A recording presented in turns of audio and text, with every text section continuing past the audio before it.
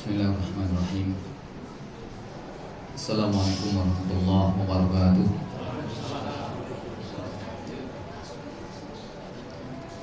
Innal hamdalillah nahmaduhu wa nasta'inuhu wa nastahdihi wa nastaghfiruh wa na'udzu billahi min shururi anfusina wa min sayyiati a'malina. May yahdihillahu fala mudilla lahu wa may yudlilhu fala hadiya lahu. Asyhadu an la ilaha illallah wahdahu la syarika lah wa asyhadu anna Muhammadan abduhu wa rasuluhu la nabiyya wa la rasula ba'da.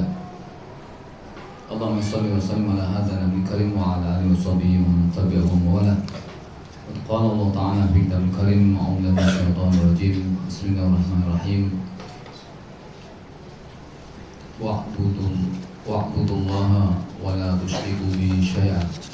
Wabil walidayni ihsana wabil qurba wal yatama wal masakin wabil qurba wal jari dzil qurba wal jari dzil junubi was sahibi bil jambi wa bil sabil wa ma malakat aymanukum innallaha la yuhibbu man kana mukhtalan fakhura.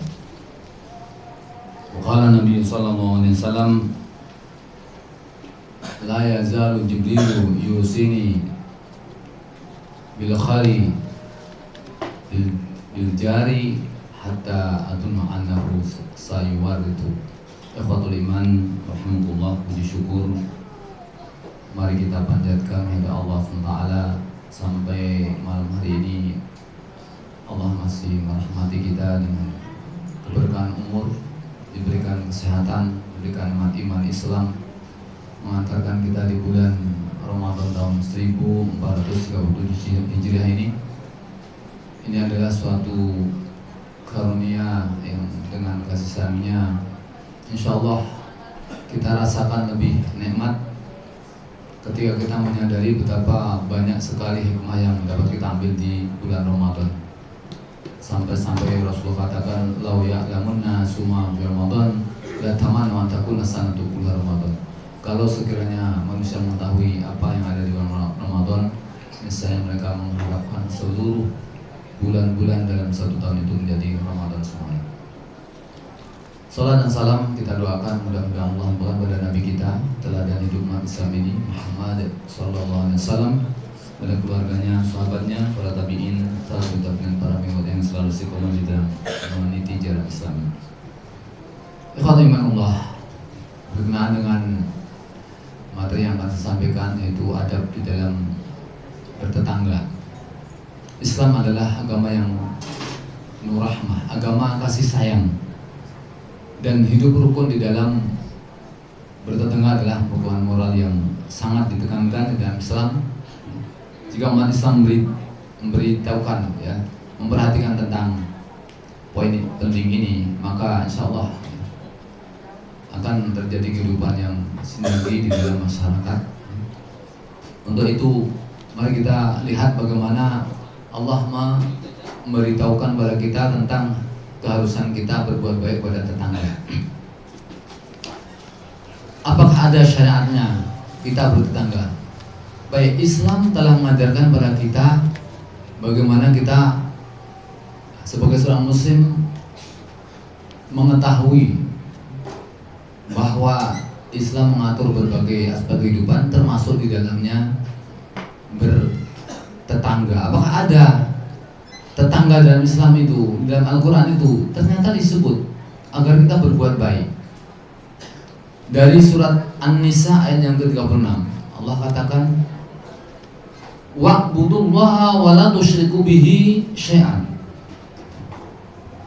wa bil walidayni ihsana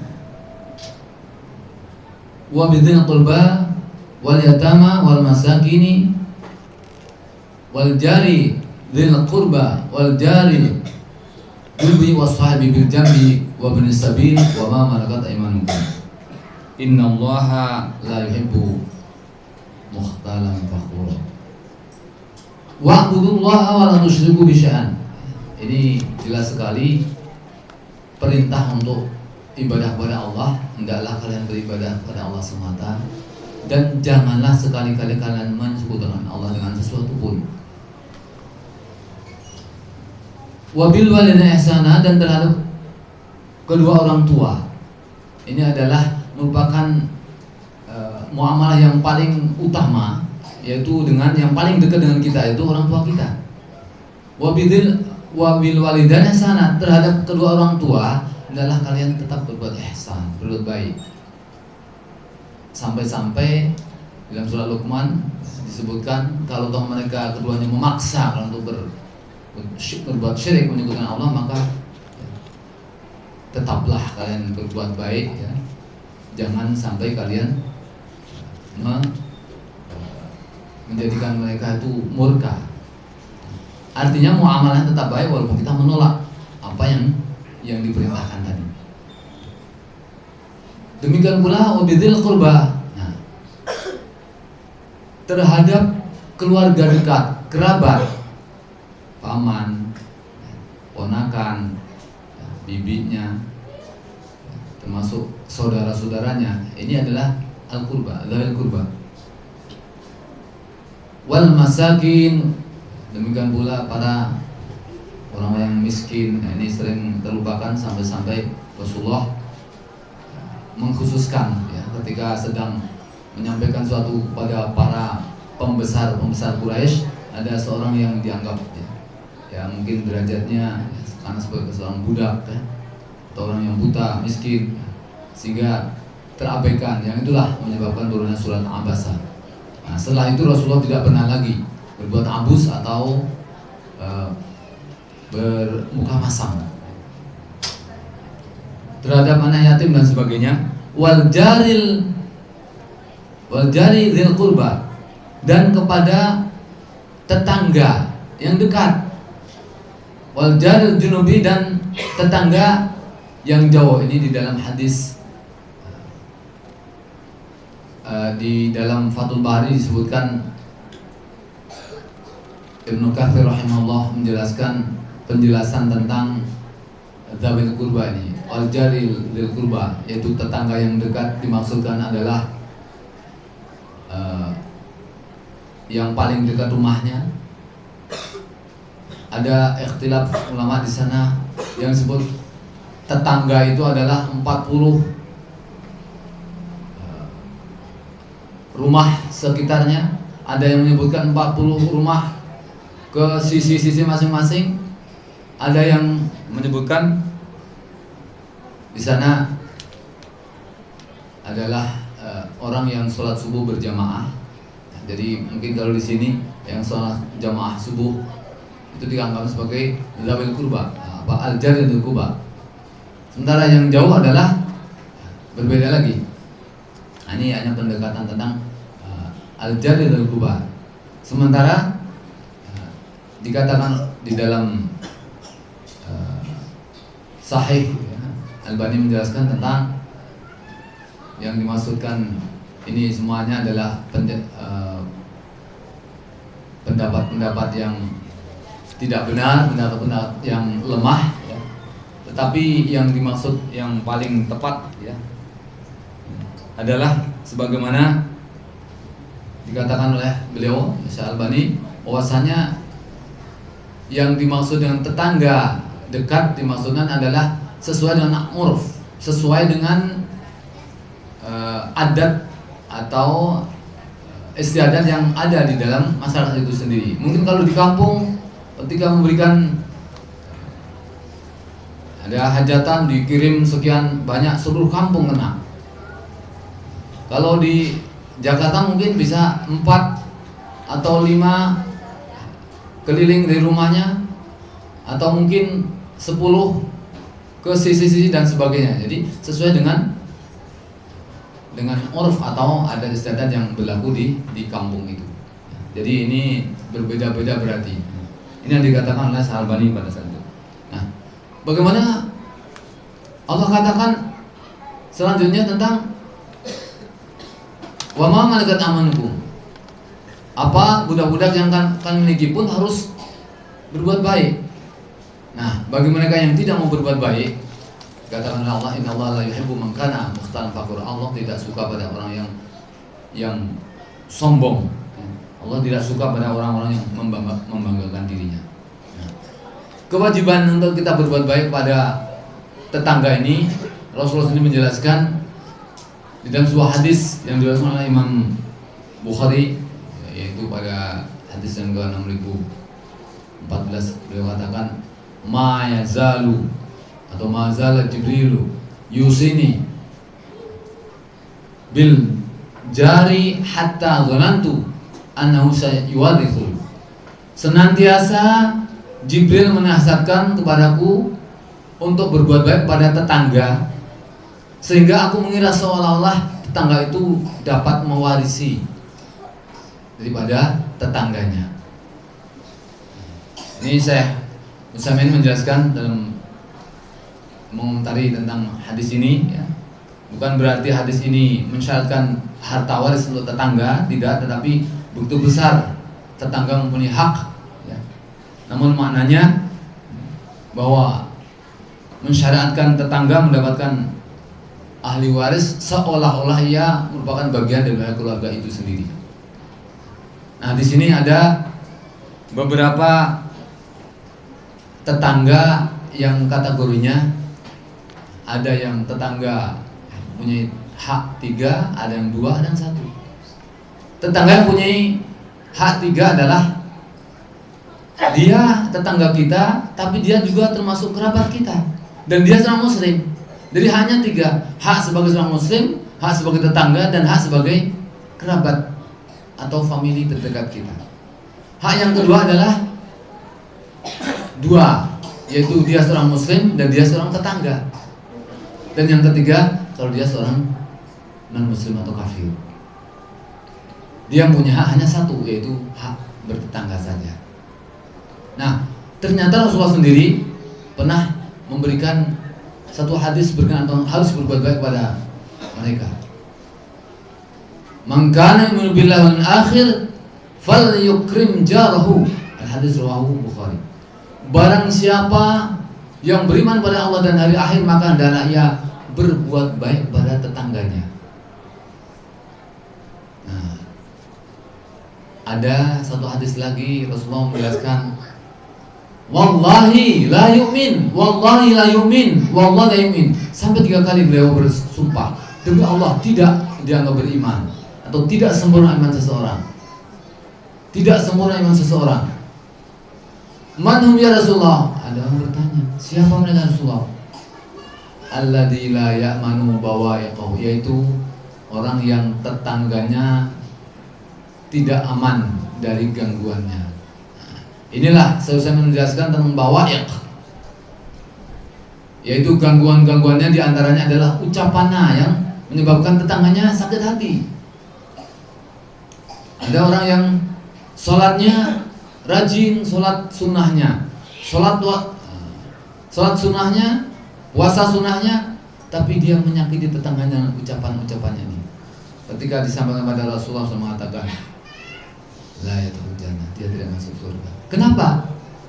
Nah, ini ada seorang yang menjelaskan tentang sebab-sebab tidak masuk surganya, karena sunnah-sunnah yang dilakukan adalah sunnah-sunnah yang bisa ditinggalkan karena secara pribadi. Sunnah-sunnah yang ketika ditinggalkan ternyata tidak berpengaruh pada diri kita. Tapi ketika kita melakukan hal-hal yang menyebabkan tetangganya sakit hati, itu justru yang haram. Dia melakukan sunnah yang bisa ditinggalkan, tetapi dia melakukan keharaman, yang itu adalah merupakan suatu hal yang dosa. Di sinilah maka kita mengetahui tentang bagaimana kita harus berbuat baik pada tetangga. Ada diceritakan ada seorang tabi'in, dia mempunyai tetangga seorang yang Yahudi, seorang Nasrani. Dia ini sebenarnya tidak sadar kalau di dalam rumah tangganya ada kebocoran. Septic tanknya bocor tapi mengalir ke rumah tetangganya muslim ini. Tapi tetangganya muslim ini dia merasa kalau nanti disampaikan kepada tetangganya takut menyinggungnya. Sementara putra-putrinya juga takut kalau kebauan dan sebagainya. Maka setiap jam 12 malam dia membersihkan itu kotorannya tadi, kemudian dia buang bersih. Demikian setiap hari sampai 4-5 tahun, 4 tahun atau sampai 5 tahun.